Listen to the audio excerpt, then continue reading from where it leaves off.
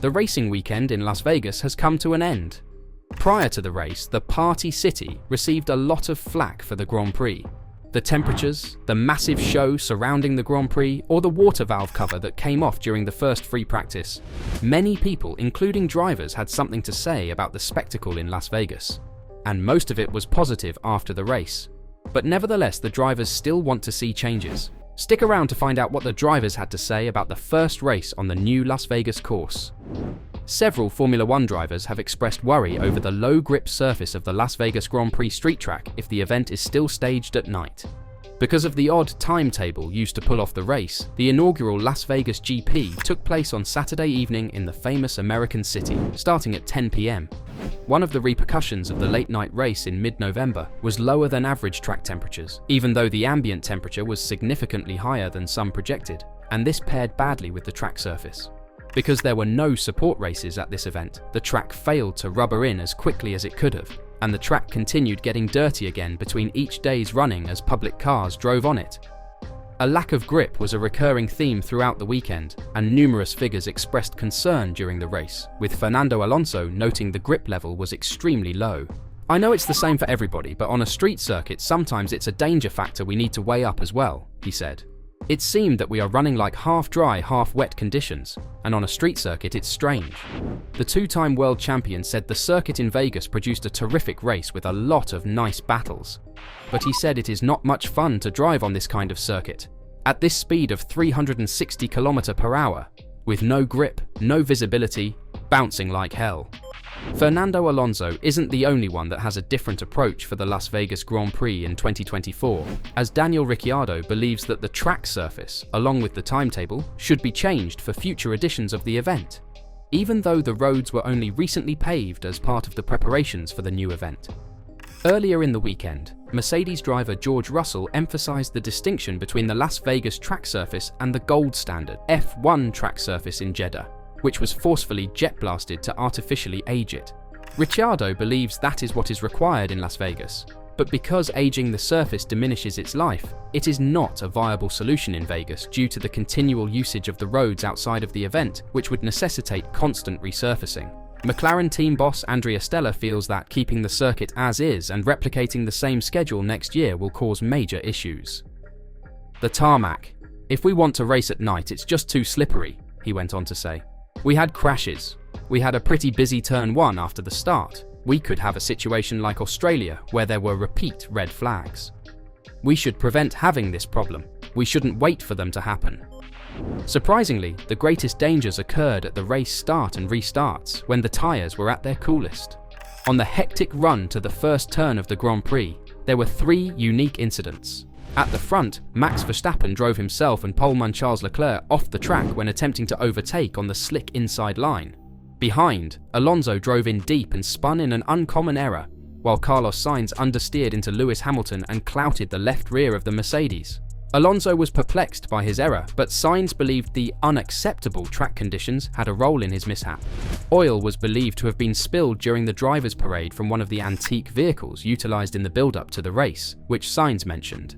"I hit the brakes, I had a lot of dust from the oil and I just had no grip," Sainz stated. "I think Fernando also spun. Drivers with a lot of experience finding just zero grip."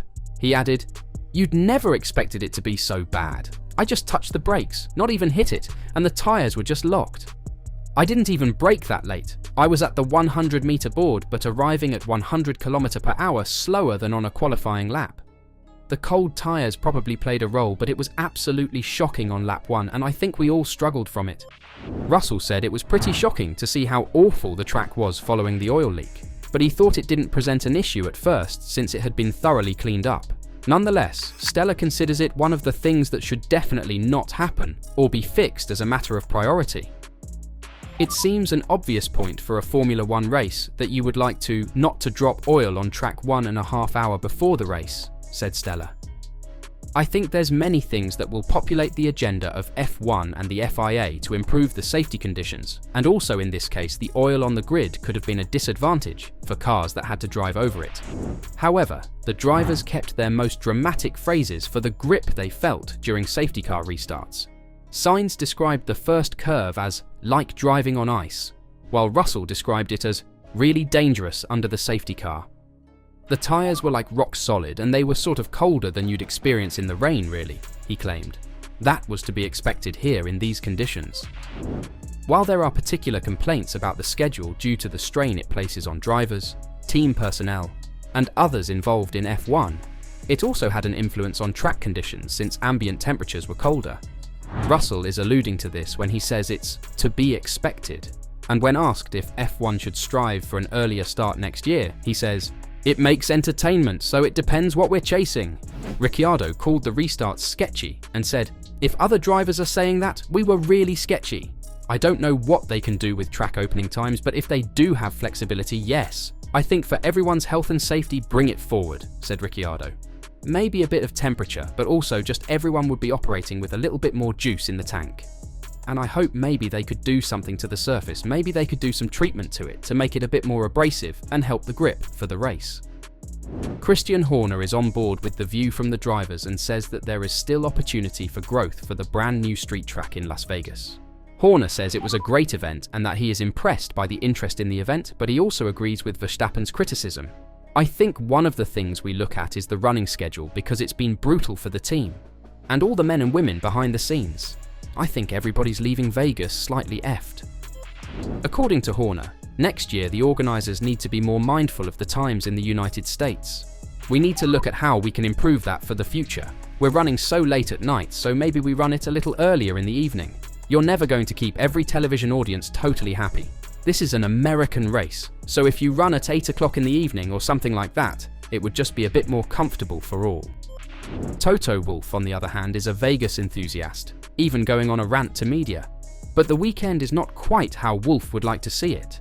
"I think I wouldn't change a lot. I would change qualifying maybe, take it from midnight to when the race starts at 10. Other than that, I think it was a perfect event.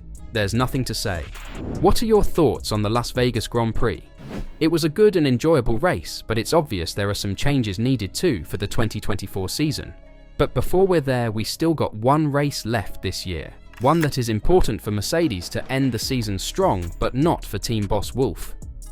After Mercedes did not have a good Grand Prix weekend in Las Vegas, the margin between them and Ferrari was narrowed to 4 points. Toto Wolff seems unconcerned about finishing second in the Constructors' Championship. According to the team boss, Formula One will travel to Abu Dhabi with a decent race director. Lewis Hamilton and George Russell finished 7th and 8th in the exciting Las Vegas Grand Prix.